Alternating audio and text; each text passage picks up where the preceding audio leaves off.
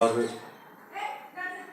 बहुत लोग ये मानते हैं कि टेंस को इसलिए पढ़ना चाहिए कि इससे हमें सेंटेंस बनाने आ जाएंगे या इससे हम यानी अंग्रेजी जान जाएंगे, लेकिन ऐसा कुछ नहीं है। टेंस कुछ और ही काम करता है। टेंस क्यों पढ़ा जाता है, इसको जानने के लिए हमें सबसे पहले तो ये जानना पड़ेगा कि एक सेंटेंस के अंदर जो एलिमेंट्स होते हैं वो कौन कौन से होते हैं। तो सबसे पहले तो हम आपको ये बताना चाहेंगे कि सेंटेंस के एलिमेंट्स कौन कौन से होते हैं। सेंटेंस के अंदर कुल मिलाकर के 5 एलिमेंट होते हैं। सब्जेक्ट, दूसरा एलिमेंट होता है वर्ब, कॉम्प्लीमेंट,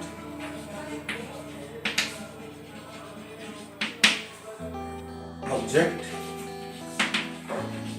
और एक होता है एडवर्बियल। कुल मिलाकर के 5 एलिमेंट होते हैं। सब्जेक्ट, वर्ब, कॉम्प्लीमेंट, ऑब्जेक्ट और एडवर्बियल। ये पांचों एलिमेंट अपनी अपनी जगह पे अपना अपना काम करते हैं। लेकिन टेंस को हम क्यों पढ़ते हैं?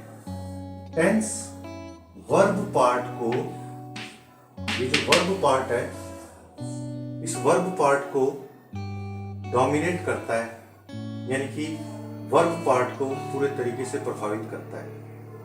एक बार हम इसको हिंदी के अंदर जानते हैं कि हिंदी के अंदर ये क्रिया, वर्ब यानी क्रिया, तो क्रिया किस किस रूपों में आती है। जैसे हमने लिखा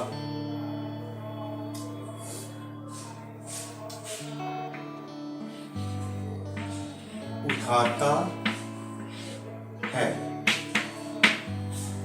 एक हमने लिखा उठ रहा है, एक हमने लिखा उठ चुका है। अब उठाता है, उठ रहा है, उठ चुका है, तीनों का अलग अलग अर्थ है। जैसे हमने कहा कि वह कोई पत्थर उठाता है, तो इसका एक अलग अर्थ निकलता है। हमने कहा वह पत्थर उठ रहा है, इसका एक अलग अर्थ निकलता है। या वह पत्थर उठ चुका है, इसका एक अलग अर्थ निकलता है। उठ चुका है, इसके अंदर तो जो उठने का काम है वो कंप्लीट हो गया है, पूरा हो चुका है। उठ रहा है, इसमें फिलहाल वो काम जारी है, कंटिन्यू। और उठाता है, इसमें हम जनरल ये एक इंडिकेशन दे रहे हैं कि ऐसा वो कार्य करता है। इंग्लिश के अंदर अगर हम इसको लिखते हैं तो ये हो जाएगा पिक, ये हो जाएगा इज पिकिंग, और ये हो जाएगा हैव पिक्ड। तो इंग्लिश के अंदर हम बोलेंगे पिक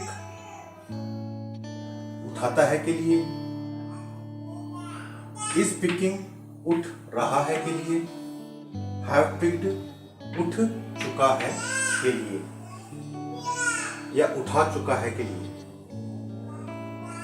यहाँ पे हम उठा रहा है कर देते हैं और इसको हम उठा चुका है कर देते हैं। तो पिक का मतलब उठाता है, इज पिकिंग उठा रहा है, हैव पिक्ड उठा चुका है। तो जिस प्रकार से उठाता है, उठा रहा है, उठा चुका है, तीनों का अलग अलग अर्थ है और तीनों अलग अलग रूप में आए हैं। उठाना जो है वो 3 अलग अलग रूपों में आया है, ऐसे ही पिक भी अलग अलग रूपों में आया है। पिक आया है, इज पिकिंग आया है, हैव पिक्ड आया है। अब क्योंकि ये अलग अलग रूपों में आया है, वर्ब भी सेंटेंस के अंदर वर्ब को हम इसी प्रकार से अलग अलग रूपों में वर्ब को लिखते हैं। हमारा प्रश्न था कि why do we study tenses, tense को हम पढ़ते क्यों हैं? तो टेंस को हम ये जानने के लिए पढ़ते हैं कि कौन सा सही रूप, जैसे उठाता है आएगा, उठा रहा है आएगा, या उठा चुका है आएगा। इंग्लिश में ये पिक आएगा, या इज पिकिंग आएगा, या हैव पिक्ड आएगा। तो प्रश्न जो था कि why do we study tense, इसका सही जवाब होगा कि टेंस हम इसलिए पढ़ते हैं ताकि किसी वाक्य के अंदर, किसी सेंटेंस के अंदर वर्ब का सही सही उपयोग किया जा सके। तो ये साथियों, आप लोगों के लिए यही हमारे लिए आज का एक टॉपिक था। आशा है आप इसको समझ चुके होंगे।